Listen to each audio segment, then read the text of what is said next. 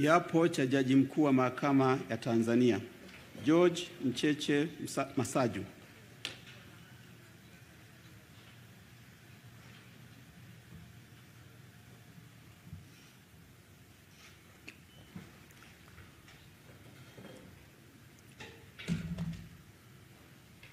Mimi, George Mcheche Masaju, naapa kwamba nitakuwa mwaminifu kwa Jamhuri ya Muungano wa Tanzania na kuitumikia kwa moyo wangu wote, na kwamba nitaihifadhi, nitailinda na kuitetea Katiba ya Jamhuri ya Muungano wa Tanzania kwa mujibu wa sheria iliyowekwa.